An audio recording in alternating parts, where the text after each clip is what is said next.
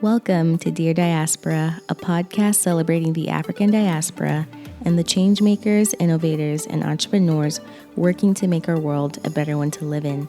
I'm your host, Ndulwa Koa. Let's get started. Welcome to season 3 of the show. I am so excited to be back with brand new episodes of Dear Diaspora. If you are a new listener, thank you so much for tuning in. I really hope you enjoy the content and the episodes. And be sure to follow the podcast on social media at Dear Diaspora for daily updates and inspirational content. So you've probably noticed that today's episode is out on a Tuesday and not a Sunday like I've been doing for the past year or so. I've been doing some work to grow Dear Diaspora's audience, and the numbers show that episodes released during the week usually perform better. So I'm switching things up a bit and seeing how things go. For today's episode, I had the pleasure of chatting with Emmanuel Gamor. He is the host of the Unpacking Africa podcast, a podcast sharing resources while exploring ecosystems in our communities and figuring out issues pertaining to the African continent. Emmanuel has over a decade of experience in youth engagement, digital and managerial innovation, entrepreneurship, and leadership education. His experience from organizations like Google, YouTube, Impact Hub, and the African Leadership University have contributed to his expertise as an ecosystem builder. Tune in to hear about Emmanuel's experience studying in the US and returning to Ghana after college, how he created his own opportunities back home and also landed gigs and roles at organizations like Google, YouTube, and Impact Hub. We discuss Ghana's entrepreneurship ecosystem, decreasing Africa's youth unemployment rate, bridging the gap between the diaspora and the African continent, and much more. All right, so before we get into the episode, I am so excited to share that there's now a way you can officially support the show. Dear Diaspora is now on Patreon. Patreon allows you to support your favorite content creators, and in exchange, you get exclusive content only available to you via the Patreon platform. I'll be putting out bonus episodes and video interviews on there, and you also get access to podcast merch and opportunities to become a part of the show by either becoming a guest contributor or a guest collaborator. I would love your support as I continue to grow the show, so please visit patreon.com/Dear Diaspora. That's patreon.com/Dear Diaspora, or check out the link in the show notes to learn more and become a patron today. Today's episode is brought to you by Certified Africa. If you are interested in returning to, investing in, or visiting the continent, Ghana is such a wonderful place to start. That's why I'm so happy to partner with Certified Africa, a company that specializes in unique travel experiences that connect Black travelers to movers and shakers on the African continent. This December, I'll be heading to Accra, Ghana for Certified Africa's New Year's Eve in the Motherland Beyond the Return experience, and I'd love for you to join us. There will be opportunities to network with entrepreneurs, meaningful cultural experiences, and much more. Check out the show notes for more information or visit DearDiasporaShow.com to learn more. Oh, and using discount code Dear Diaspora gets you 10% off the entire trip. Now, back to the show. Emmanuel, welcome to Dear Diaspora. I'm so excited to have you as a guest. Thank you so much, Ndulwa. It's exciting to be on your podcast finally. I'm actually a fan. Thank you for that. And yeah, really looking forward to just learning more about your background and, what you're passionate about and, your research and just your incredible work. And so let's get started by just getting to know you a little better. Where are you from and where did you grow up? Sure. I was born in Accra, Ghana, and did middle school and boarding school and in Accra as well. Then I got a chance to do high school in West Potomac in Alexandria, Virginia, where my family had moved to the United States. I ended up going to the University of Florida on a full scholarship and was really involved in campus involvement as well as honors program there, and graduated with a bachelor's in political science, photojournalism, and a minor in leadership. And then I moved back to the DMV area and interned for an NGO called Africare, which was phenomenal because it allowed me to still stay connected with a lot of development and aid issues around the continent. But also through the Bishop Walker Dinner, I was able to meet John Legend, Common, Angelique Kidjo. Then I also was managing editor for a local newspaper called the New Ghanaian, and ended up being the program manager for a radio project we started and hosting my own drive time show on Sunlight Radio as well. In 2012, my biological father fell really ill. So I bought a one-way ticket and moved back to Ghana to join him, where I started a podcast. Well, not a podcast. I started a radio show called Empower, and it was really built around listening to young people's testimonies on business, commerce, travel, transport, and curating experiences. It was on Y107.9 FM, but we were giving a late time slot on Sundays from 10 p.m. to midnight. So we improvised and we were able to record parts of the show and engage digitally during the course of the week to meet our target audience.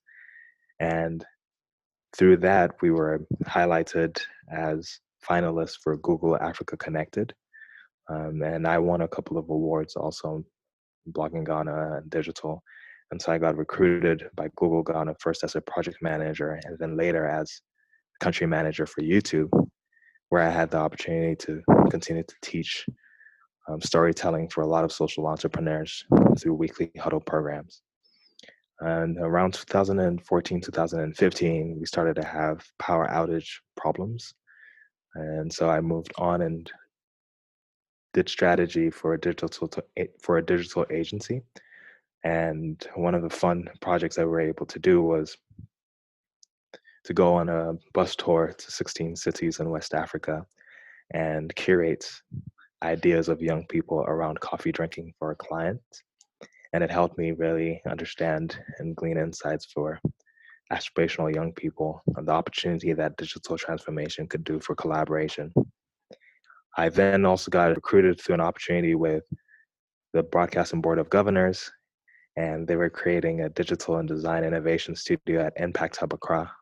So I was hired as the director, and I had the opportunity to really apply some of the things that I had learned in agency at Google and multimedia and create community intervention programs for a lot of the entrepreneurs in the co-working space and a lot of up and coming collaborators who either flew in from abroad into the Osu area or were already in the Akwa J precinct area as well. Then in 2017, I took a sabbatical and joined the Africa Leadership University in Mauritius and to teach entrepreneurial leadership to first-year college students, and thoroughly enjoyed the experience, but also learned that there was a gap in industry and our understanding on how to find and curate indigenous innovation and how to build ecosystems that allows businesses to scale up local innovation so that they could be experienced across the continent, but most importantly, become global companies as well. So I found out and enrolled in a program at University of Witwatersrand's Business School. So at WITS Business School is a master's in managing innovation on the African continent. And I've been doing a bit of research around that and I've been attending conferences and engaging on the single African market that the AU passed and ratified last year. And I also teach digital reputation management and digital persona at the University of Stellenbosch Business School Executive Education. Wow. So much to kind of unpack, and I have so many questions for you. You moved back home in 2012. What was that like for you? I know you mentioned, you unfortunately had to go back because of your father. What was it like, I guess, returning home at that moment? It was incredibly difficult. I think in hindsight, if I knew what the process would be, one, going back to the times of feeling lonely because my mom and my sisters still in Virginia. My last two sisters were born in the States, so they're invariably most of their experiences outside of coming to visit every now and then has been in the US. So it was a very strong and sacrificial personal decision for me to come back. But it was also a very empowering decision because I had the chance to spend my father's last days with him. But also because I was about 16 when I first left the country. I still have a very strong Ghanaian identity and a network. But what I didn't anticipate when I was leaving was that I hadn't done my national service, so I couldn't. I had initially gotten a job to work for Standard Chartered on a rotational role, but I could not accept the offer because legally you'd have to have a national service certificate to be employed with banks or telcos that I didn't know of because I didn't do my college education in the country. So it was almost like a reset as a young professional again. Um, it was also a learning journey for me to create maps of connecting with old classmates that I knew, but connecting with groups of professionals that had aligned goals and aspirations on the continent, like a Diaspora, and then a group of locally embedded professionals that are community centered, like Rotarians, that have a presence in almost every city. And so I think it was incredibly transformative for me as a young Black man, but it was incredibly transformative as a young African that is looking for ways to replicate success on the continent that I can now share based on my own personal experience. Wow. Absolutely. Absolutely. Sounds like had the opportunity to just reconnect with where you're from, learn more about who you are and just kind of what you want your life to look like moving forward.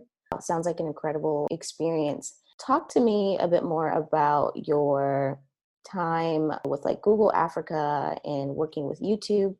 What was that experience like for you?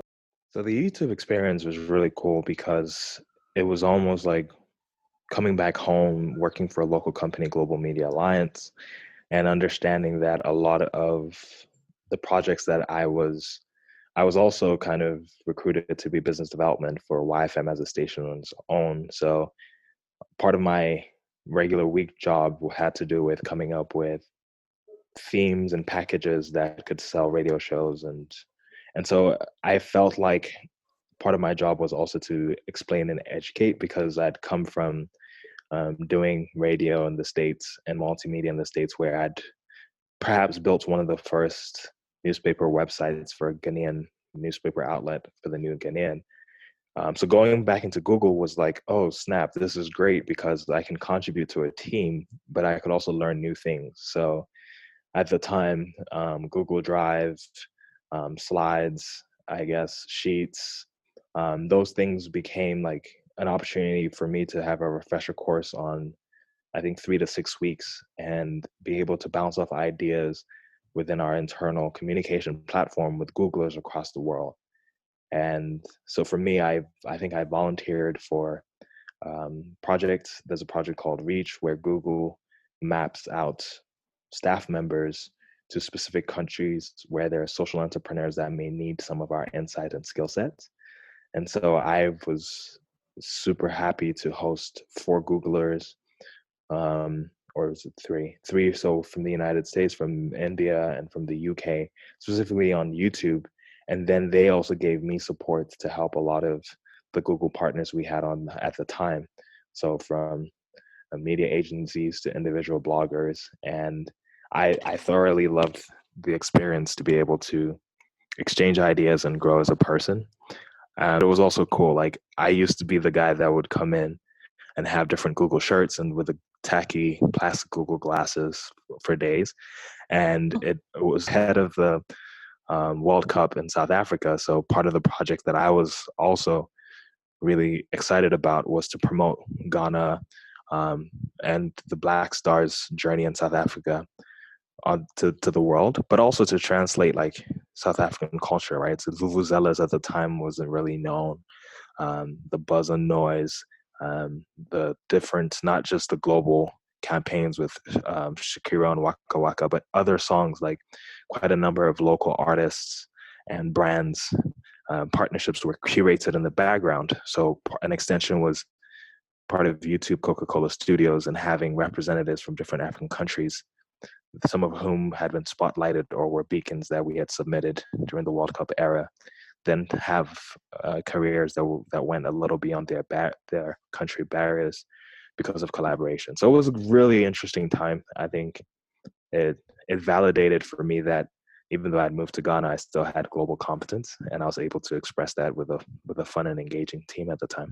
And what's your advice to young people living, in the West, with like a desire to return to their home countries? Like, what advice do you have for them? How do they, really navigate returning to their countries and starting to find opportunities like you found? Like, just how do they go about that?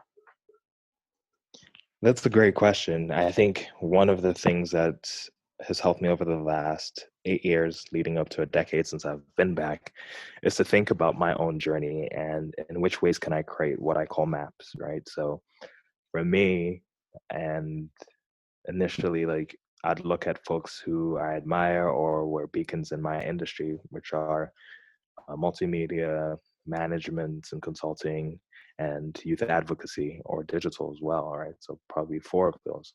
And try to replicate how are they doing this? How do I adapt it on my own? And I think underlining that professional side is also your own personal journey. So I think for those abroad who are coming back home wanting to engage, I think that it's very important for you to identify things that your skills, your competencies, but also your interests, because my interests have kind of helped my skills and competencies evolve.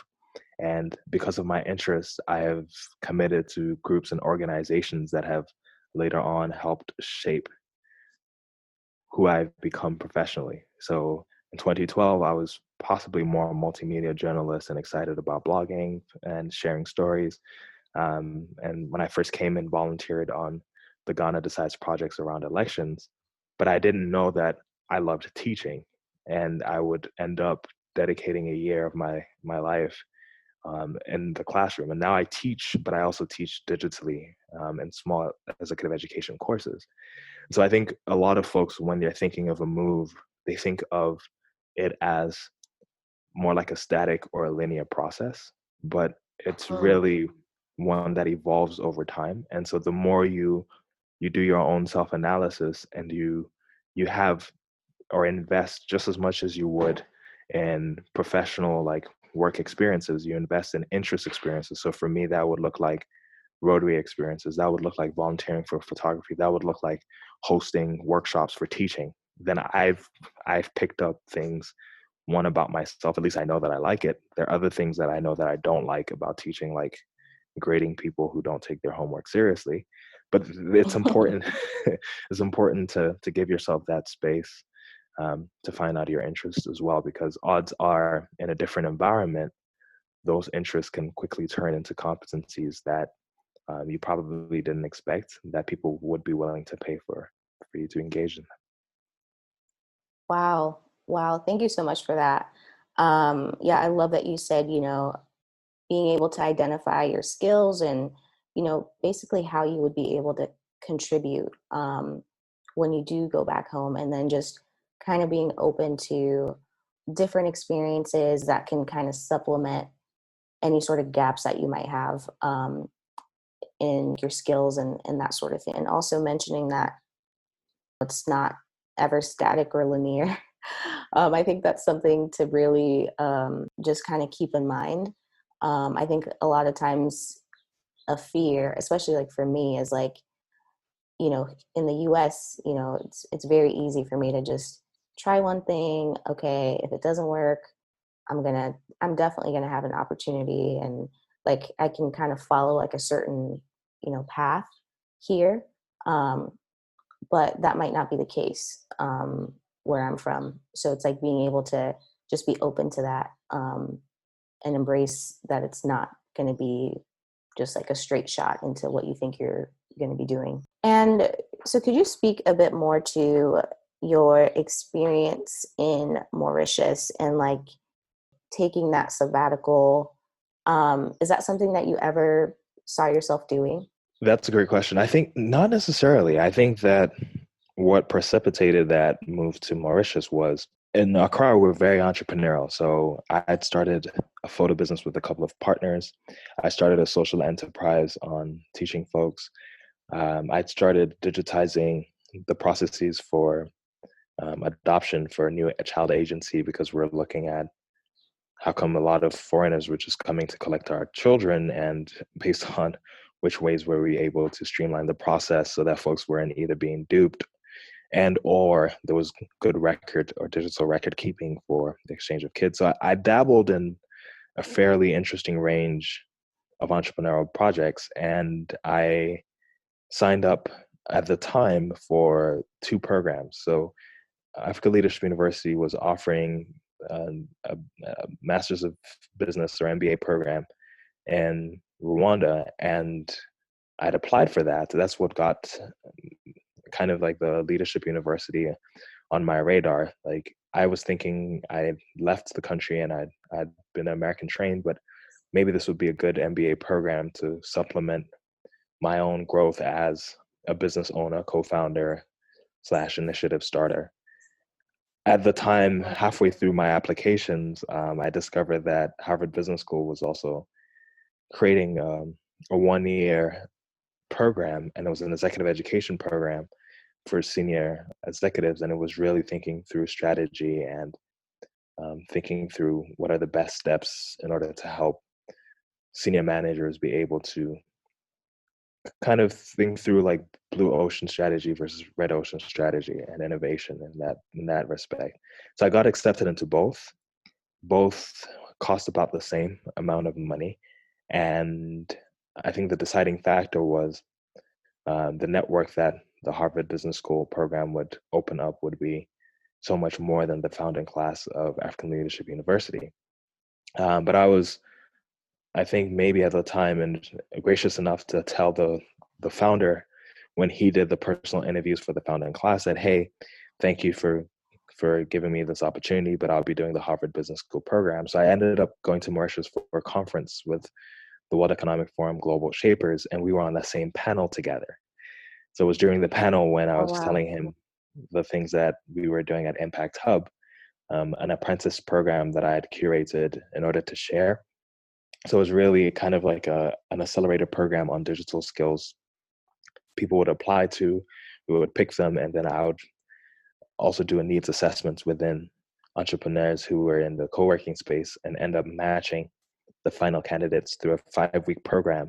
So the baseline would be things that my colleagues and I would teach, and then the last 2 weeks they would be matched to having on-the-job training as interns with the potential of being hired eventually by the companies that needed that support as a model. So he was incredibly excited and said, hey, we're doing something similar at ALU with our leadership core program. We have an entrepreneurial leadership team, but we're also looking to see if we can do some executive education offering. And because I'd been part of the cohort of folks that had done the Harvard Business School program, executive education, that made me a top candidate.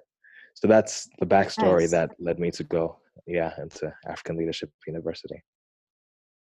Wow. That's incredible. Glad to hear that you were able to maintain that relationship even though you had chosen to pursue the Harvard Business School program. And so you mentioned in Accra, everyone's like very entrepreneurial. Could you like speak a bit more to that, and like what sort of resources are organizations or, government agencies like pouring into supporting entrepreneurs in Accra and, just Ghana in general? I think the entrepreneurial ecosystem has potential. I think that the things that the ecosystem lacks are access to capital market, mentors on scalability for industry. Now that we're plugged into, I think, ECOWAS and the Africa Continental Free Trade Agreement, we're looking at policies that have been in the past detrimental or difficult for mid to high top level industries, because it's for you to get a retail license or kind of like commerce license and to export and do buying us and selling. And because Ghana is on the coast of West Africa and historically has been geographic capital for the Mali, Songhai, and original Ghana empires, we've always had uh, been a historical trade route. So we do have quite a bit of trade that comes um, through our ports and then through our international airports because of gold and cocoa predominance kind of resources. But the positives with that being said is that there's been quite a bit of investment from the German GIZ, the British Council on Social Entrepreneurship, the United States through the United States AIDS program, through kind of the Nelson Mandela Washington program for creating, finding out, and giving exchange program and knowledge exchange opportunities for young entrepreneurs. There's also been the Meltwater Entrepreneurial School of Technology, which was one of the first kind of major incubators, and since then there've been almost a dozen or more incubator co-working space models. Some of the more significant ones being Impact Hub that I mentioned, being one of the flagship ones on the continent, but also Standard Bank having their own incubator space and funding in order to have training and partnerships and understanding the needs of SMEs of whom they're hoping to convert into customers, but also get insights on the wave fintech. And then there's also been kind of like on the green side with universities like Ashtese and companies like Cosmos Energy having their own almost like green eco accelerator programs that have in some respects partnered with universities like Kwame Nkrumah University of Science and Technology, but also partnered with MEST on programmatic input and have allowed folks who would normally do training, digital skills, and others to be vendors and supplying that. So, in terms of engagement of young people getting initiatives off the ground, I think because of the opportunity that Ghana is very global in language, we speak English and speak it fairly well.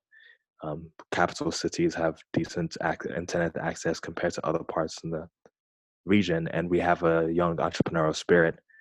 We do rank very highly on entrepreneurial initiatives and the want for it. But again, as I said earlier, because of lack of capital market and lack of folks who've had true and industrial experience at the high levels, we don't have global companies that have come from Ghana that people subscribe to.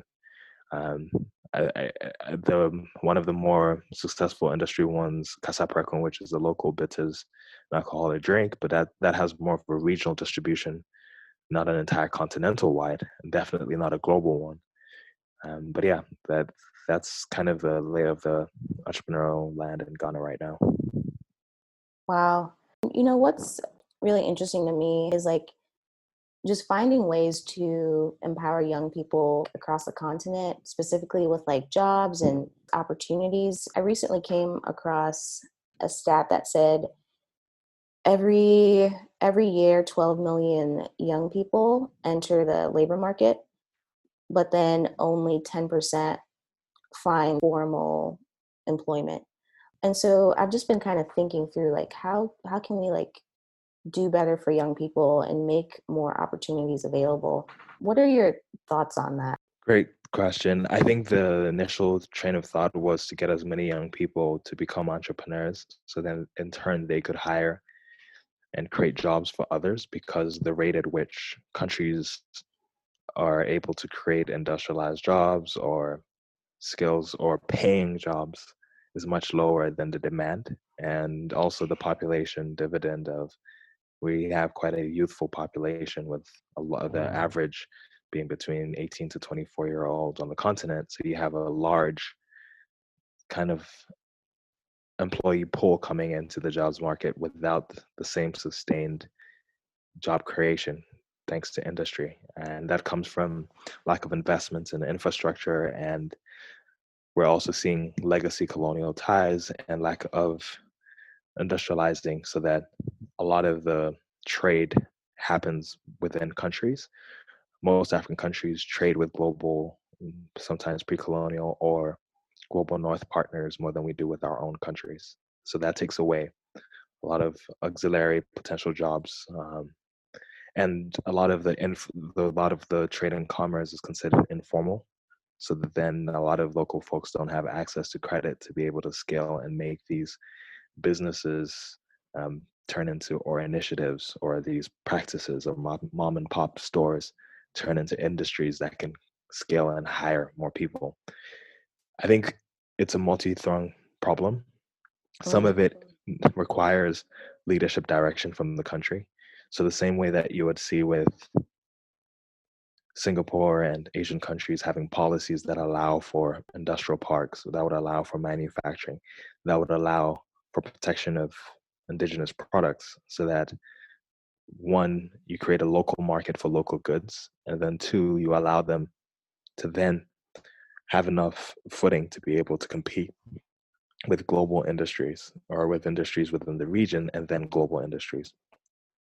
Then the flip side also is then encouraging and giving tax incentives and others for industry players to invest locally. So then when folks are having aspirations as young people, they're aspiring to be industrialists, they're aspiring to be ecosystem builders, they're aspiring to tackle sectors, knowing that that innovation and entrepreneur spirit is what drives economic growth, not the government. So that mindset, that the same way that the men who built America decided that their inventions, like Thomas Edison with the light bulb, Carnegie Mellon, um, railway, transportation, Ford with thinking about the assembly line, these things were industrialized, like private sector driven. Then having partnerships with the government and making sure that these don't become strong monopolies, making sure that folks are treated well. That industry building collaborativeness within an innovation system needs to be strengthened and created. In some countries, it's not. I think some countries now have some type of innovation framework over the last 5 to 10 years. And part of that also has been we've done a bit more of a good job now, but in the 80s, coming out of structural adjustment programs, in the 90s, some countries were coming out of apartheid and political strife. And on the continent, there are still some countries that have political instability to this day. So it's very difficult for you to future cast and want economic growth and employment when folks are still in survival mode. And so that's key. And I think that we're starting to see a lot more speaking up against pre-colonial arrangements that also benefit, because a lot of Africa's resources are extractive. And so then countries' GDPs are based on exports of goods rather than the value add and engagement on the global market. So then our trade, or our contribution to world trade, is abysmal. It's less than 15%. Intertrade is also abysmal, also less than 10%. So I think it's, in the last count, and this is before COVID, it was less than 5%. And you can't have 1 billion people who don't trade with each other and are dependent on added value services from somewhere else that costs more than the extractives that are taken away from the country in order to be then turn around and resold at higher value.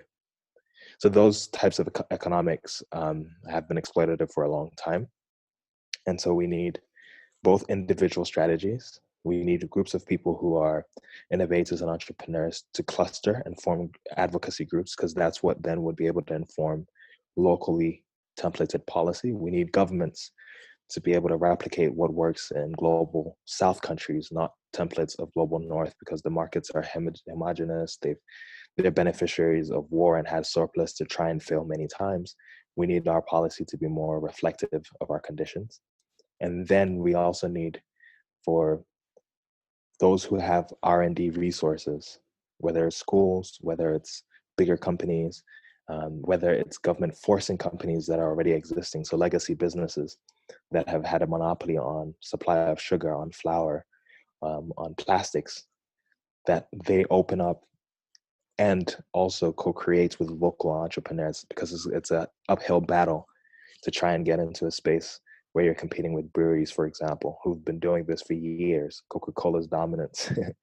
So then local beverages and others, they cannot match the market insights or advertising dollars that these companies have benefited from winning from legacy economic presence. So those are kind of the holistic, multi-tiered approaches that we need. And we need every sector, private, public, industry, academia, and government to have intertwined, interrelatable goals in helping to affect employment in all the countries and the African continent as a whole.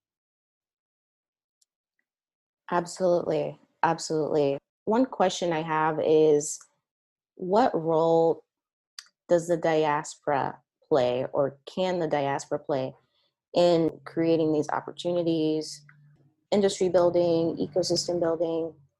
Um, so people that are abroad, or even just, people of African descent that live outside the continent, like, what role can we play in just contributing to growth on the continent?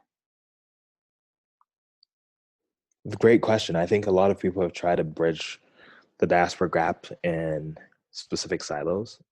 And similar to what we were saying about multi-stakeholder engagement, I think that we need folks who connect with the motherland and home and whatever specific African country or collective of African countries to first come as partners. Think of it as it's not an exchange. And I think that's one of the things that we struggle with when we look at global north business practices versus global south business practices, where we're dependent on family and we're dependent on relationships. But when folks in the diaspora come in thinking that they're going to be partners in the building process, what that does is that they don't first come with a limited amount of money that they think can solve all the problems. And then the local partner doesn't also think that the only thing that they're good for is dollar investment, but there's also knowledge transfer, there's access to network, there's also learnings, there's also managerial mentorship, then there's also transfer of local insight.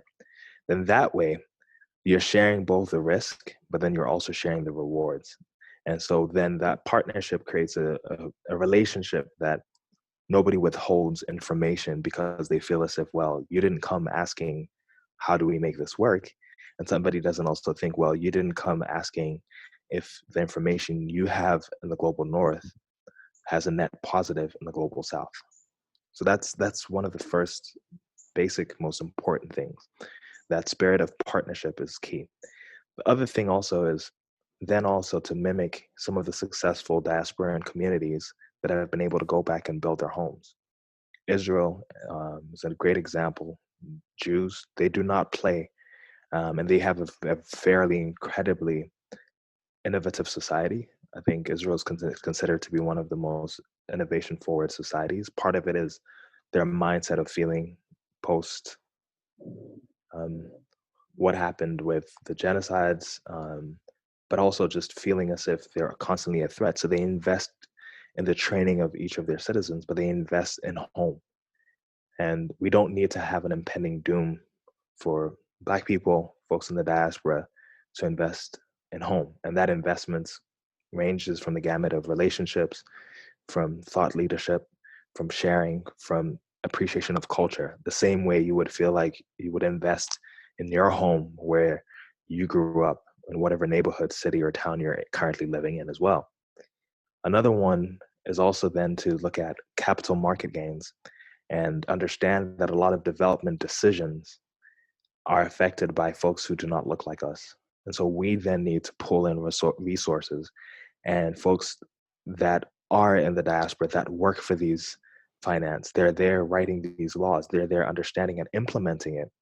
We need to understand and learn those rules and be able to amend them when we're creating financial facilitations, whether it's investment banks, whether it's co-op opportunities, whether it's access to credit opportunities. Because then when these kind of tools and utilities are done on the African continent, it's going to be yours. It's equity that's shared.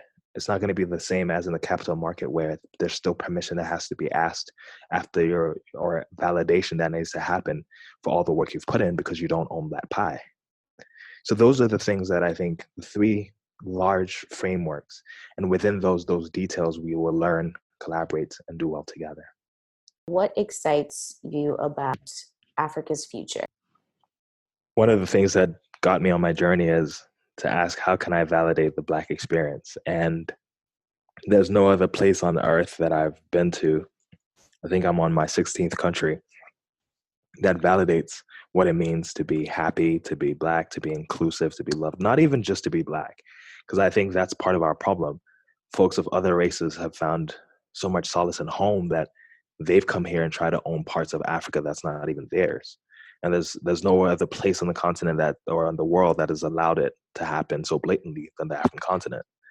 And if you look at the exchange of culture, the exchange and appropriation, not just of African culture, but of Black culture, which is a derivative of our folks in the diaspora, there's no other potentially exploited culture as ours, from rap to music, from political activism, and it predates even what we know between the 60s to now, to just Egypt and hieroglyphics and storytelling, and part of even this entire debate and notion that a lot of our arts are kind of sequestered in museums in Europe and others.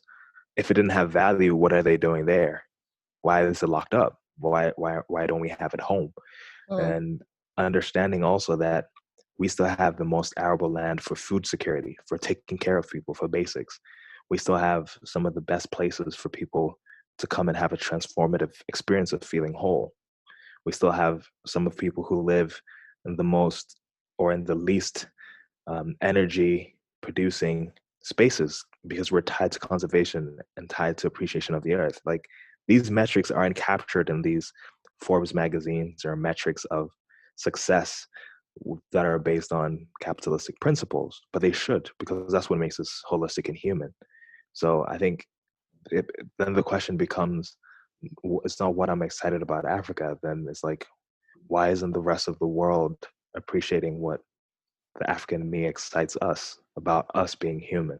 So yeah, I think that because we lost wars, I think that because of the world order we've adopted, we need to find our own maps in order to gain economic growth, in order to be able to have negotiating power at the table. And I think that we have enough thinking, willing, resource-rich diasporans and folks on the African continent that if we decide and when we become united, we really can have that dominance we want for ourselves and for our children. And how can people get in touch with you or just learn more about the work that you're doing? I think publicly, the easiest ways are started a podcast called Unpacking Africa, which hopefully I'd be able to speak with different folks. It's definitely our own kind of contribution to applying what our expertise, our professional lives, and across a gamut of different spaces to building our own ecosystems that help us understand the continents a bit better and help it grow. I'm also on social media at EA Gamor. So it's E for Emmanuel, A for my middle name, Agreko, which means life, and then Gamor, my last name. And typically you should be able, something should pop up. I've started to blog a little bit on the managing innovation and some of the Africa Continental Free Trade Agreement and some of the ways in which I believe arts and culture can help us reclaim our personhood identity and grow on my blog. It's 4irafrica.co. But yes, once you find me, EA Gamor, I think most of the links would then show up on your feed. Awesome. I will be sure to include those links in the notes. Thank you so much, Emmanuel, for being a guest. I really appreciate your perspective and just all the great work that you're doing on the continent. And I really hope that, people are able to connect with you and just learn more from you. So thank you again. Absolutely. And thank you too. And please keep the Diaspora Diaries going. We're a huge fan. I hope you all enjoyed that episode. Be sure to check out Emmanuel's podcast, Unpacking Africa. It's available on Anchor, and I've included the link to that in the notes. Today's episode is brought to you by Certified Africa. If you are interested in returning to, investing in, or visiting the continent, Ghana is such a wonderful place to start. That's why I'm so happy to partner with Certified Africa, a company that specializes in unique travel experiences that connect Black travelers to movers and shakers on the African continent. This December, I'll be heading to Accra, Ghana for Certified Africa's New Year's Eve in the Motherland Beyond the Return experience, and I'd love for you to join us. There will be opportunities to network with entrepreneurs, meaningful cultural experiences, and much more. Check out the show notes for more information or visit DearDiasporaShow.com to learn more. Oh, and using discount code DearDiaspora gets you 10% off the entire trip. Thanks for listening to Dear Diaspora. If you like what you hear, please rate the show and leave us a review. If you really like what you hear, become an official supporter of the show by visiting patreon.com/DearDiaspora. Appreciate you tuning in, and we'll talk to you next week.